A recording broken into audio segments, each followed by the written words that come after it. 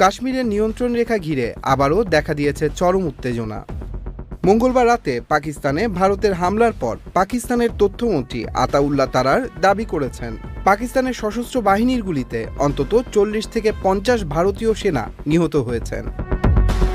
Al Jazeera এবং the ডন পত্রিকায় প্রকাশিত সংবাদ বলছে, বৃহস্পতিবার 8 মে পাকিস্তানের জাতীয় সংসদে দেয়া ভাষণে এই তথ্য জানান পাকিস্তানের তথ্যমন্ত্রী।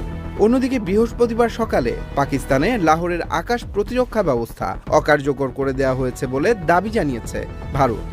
তবে কিভাবে পাকিস্তানের আকাশ প্রতিরক্ষা ব্যবস্থায় হামলা চালানো হয়েছে সে বিষয়ে বিস্তারিত কোনো তথ্য জানায়নি ভারত। এদিন সকালে একাধিক স্থানে 25টি ভারতীয় ড্রোন নিষ্ক্রিয় করার কথা জানায় পাকিস্তান।